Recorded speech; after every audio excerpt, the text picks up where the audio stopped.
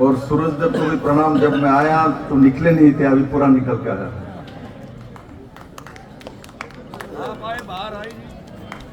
और मैं पहले पूछना चाहता हूँ, यहाँ जो लोग बैठे हैं सामने मेरे सामने, इनमें से किन किन को ठंड लग रहा है?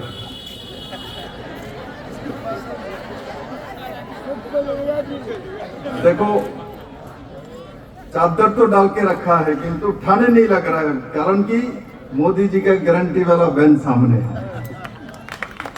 सही है ना? चादर ओढ़ के रखे, मुंह बंद करके रखे, किंतु ठंड नहीं लग रहा है क्योंकि सामने मोदी जी बैठे हुए हैं। कि गर्मी तो वहां से आते हैं, एक तरफ सूरजदेव है, दूसरी तरफ मोदी जी का गारंटी वाले गाड़ी खड़ी है आपके गांव में, चामरिया गांव में।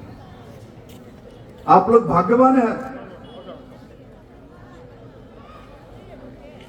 जो आपके गांव में आज स्वयं मोदी जी पहुंचा हुआ है।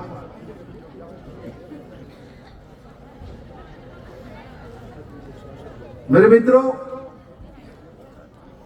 आज चामरिया गांव में हमारे मोदी जी का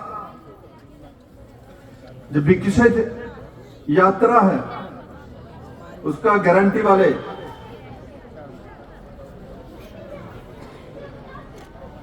जो ट्रक यहां तक पहुंचा है, वैन यहां पहुंचा है।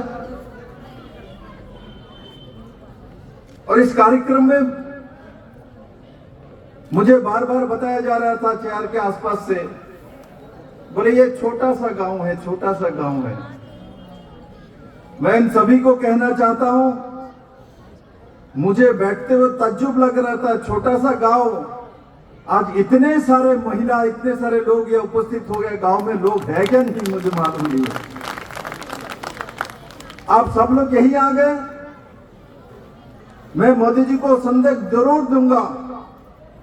जब मैं चामरिया गांव में गया था और वहां इतने बड़े मात्रा बहनें आए हैं और आपने एक बड़ा काम किया महिला के लिए, जो आपने बहुत पुरानी मांग थी महिलाओं की। हम महिला के अधिकार के बारे में सभी पार्टियां, सभी नेता बोलते रहते हैं और महिला सुनते रहते हैं और हम लोगों को खाना खिलाते रहते, पालते रहते हैं।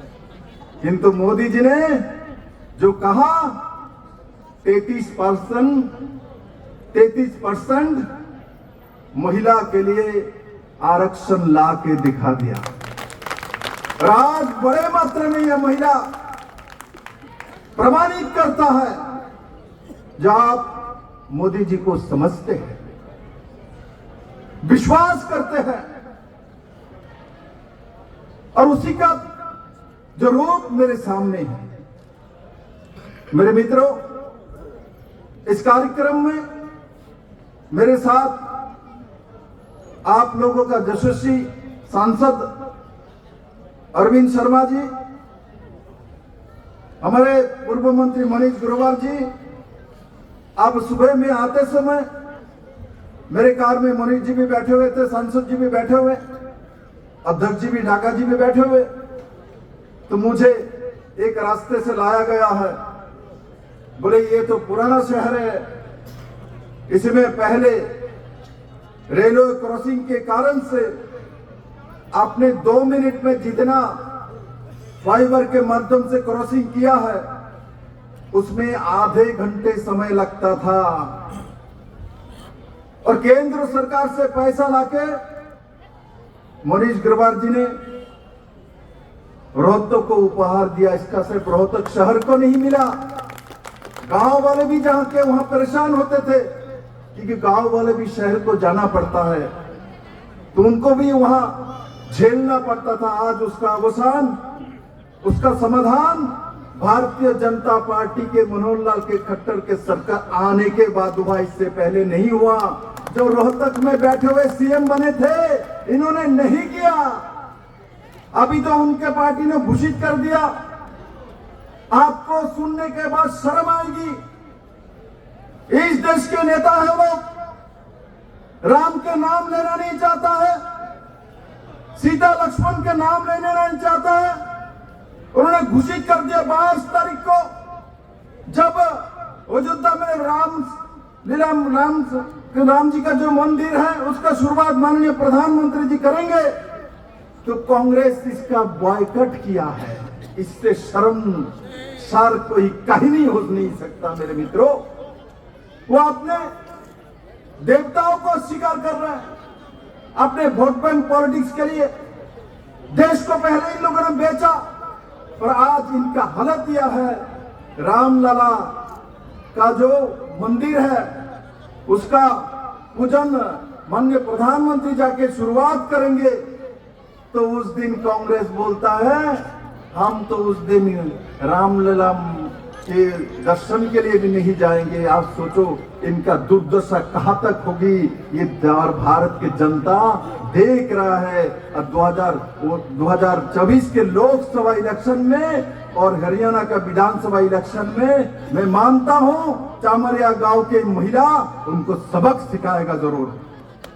मेरे मित्रों, मेरे साथ जो पहले से आपके सामने पूरे समस्या के समाधान के बारे में बताया जा रहा था, हमारे प्रदेश उपाध्यक्ष सतीश नंदाल जी, रेणु डबला जी हमारे स्टेट के सेक्रेटरी, रणबीर ढाका जी हमारे जिलाध्यक्ष, रणबीर सतीश ठेकेदार हमारे मंडल के अध्यक्ष, सुमन होटा जी सरपंच जी,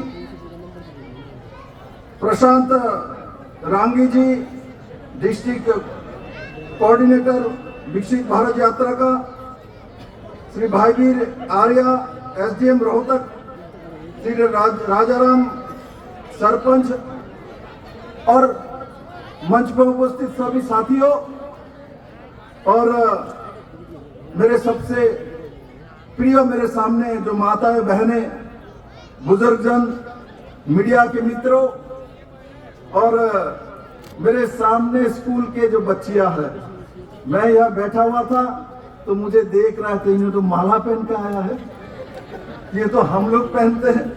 मैं देख रहा था तो मैं जैसे ऐसा मैं कैसे पहनना है मैं पूछ रहा था, तो आप संसद जी बोलता है इसको पीछे तरफ करिए, ये पीछे करना, हमको मालूम मैं सामने करके बैठा हुआ था, तो बोले नहीं इसको पीछे करिए। और मैं आपको बताना चाहता हूं रोहतक के धरती से अभी सुबह सुबह मैं डिप्टी मेयर के घर पे गया था, एक महंत महाराज ने मुझे ये आशीर्वाद दिया है, और उस आशीर्वाद को लेके मैं आपके बीच आया हूं।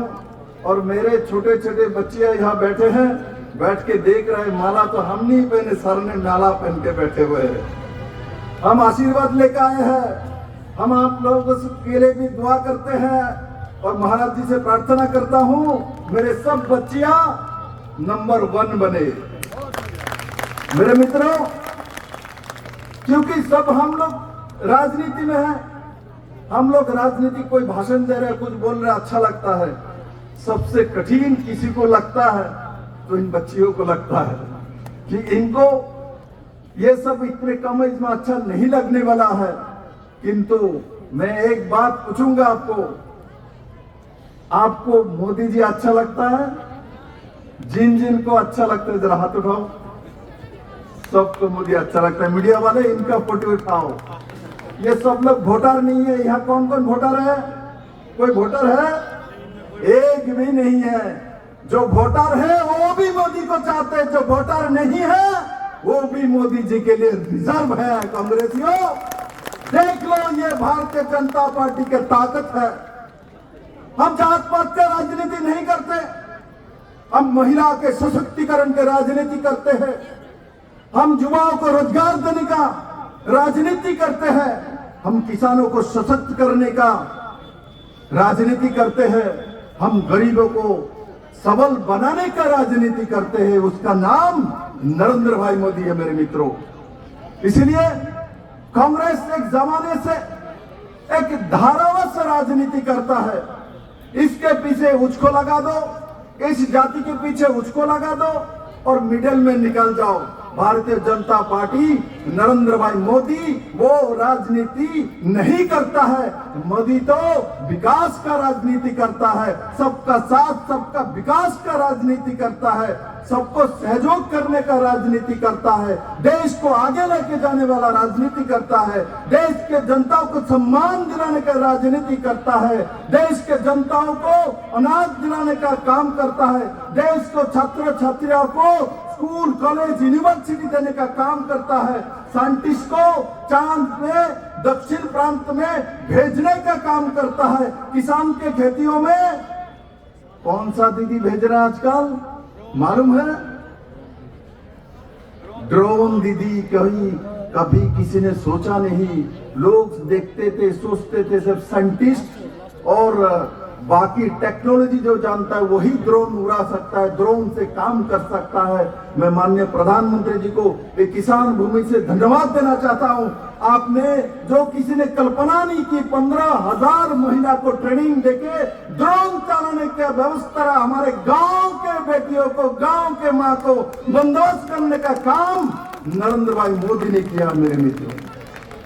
इसीलिए किसान की बात करो, नौजवान की बात करो, महिला की बात करो, बुजुर्ग की बात करो, छात्र छात्रिया का बात करो, यूनिवर्सिटी की बात करो, स्कूल की बात करो, कॉलेज की बात करो, सामाजिक की बात करो, वकीला का बात करो, किसी का भी बात करो, हर जगह पे मोदी है मेरे मित्रों, हर जगह पे मोदी है, हर दिल में मोदी है।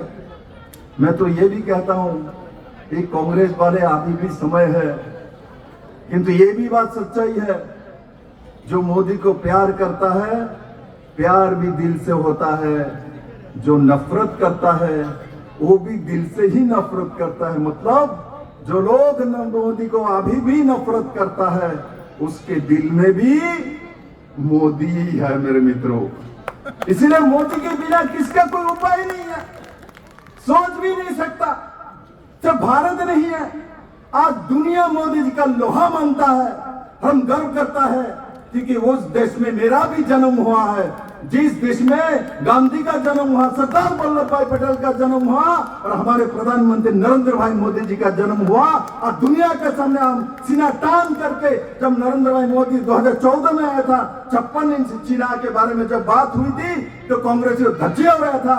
आज वो प्रमाणित कर दिया 56 इंच नहीं है, पूरा भारत का इंच है। पूरे दुनिया के सामने भारत का एक नया दिशा और नया शक्तिशाली देश प्रमाणित कर दिया है मात्र 9.5 साल में मेरे, मात्र 9.5 साल में। और इस कांग्रेसियों ने 1947 से जवाहरलाल नेहरू से लेके लगभग 65 साल कांग्रेस ने अकेला राज किया है। और राज किसको कराया? एक परिवार को कराया। आज भी कांग्रेस वही बंधा हुआ है, वही बंदी हुआ है, किंतु भारतीय जनता पार्टी वहां नहीं है। भारतीय जनता पार्टी नरेंद्र भाई मोदी जैसा चाय वाला जिसका नाम तक नहीं था, देश के प्रधानमंत्री बनता है। भारतीय जनता पार्टी विप्लव देव जैसा छोटा गांव से उठा हुआ व्यक्ति जिसके घर में पक्का मकान भी नहीं है, उसको एक राज्य का मुख्यमंत्री बनाता है। मनोहर लाल खट्टर जी जो कि प्रचारक बनने के संगठन महामंत्री बन के हरियाणा के गांव गांव में लोगों के घर में खाना खाते थे, आज हरियाणा का मुख्यमंत्री बन गया मेरे मित्रों। ये भारतीय जनता पार्टी में हो सकता है, दूसरे किसी पार्टी में नहीं हो सकता है। जो आंचलिक दल है वो अपने परिवार का ही राजनीति करता है, कांग्रेस तो परिवार के ऊपर परिवार का राजनीति करता है।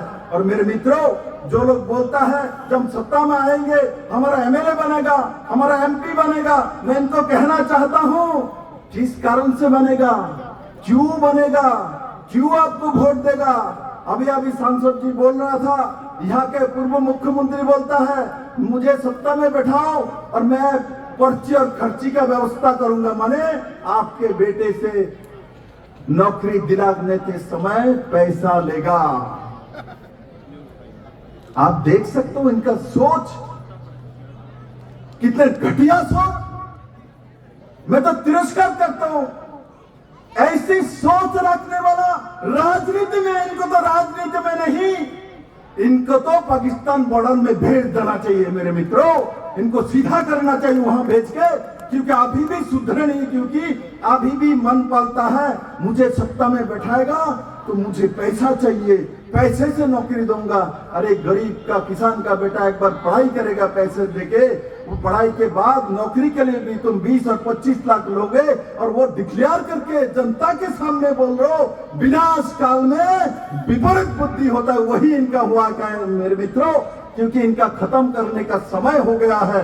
क्योंकि जनता अभी दो 5 राज्य में इलेक्शन हुआ, 3 राज्य के बारे में बातचीत हो रहा था। मैं तो बोलूंगा, मैं वो तो उत्तर पूर्वांचल से हूँ, वहाँ मिजोरम है, वहाँ किसी ने सोचा भी नहीं है भारतीय जनता पार्टी का कोई सीट, कोई एमएलए जीत सकता है। वहां से भी 2 सीट भारतीय जनता पार्टी नरेंद्र भाई मोदी के सामने रख के जीत के आए मेरे मित्रों।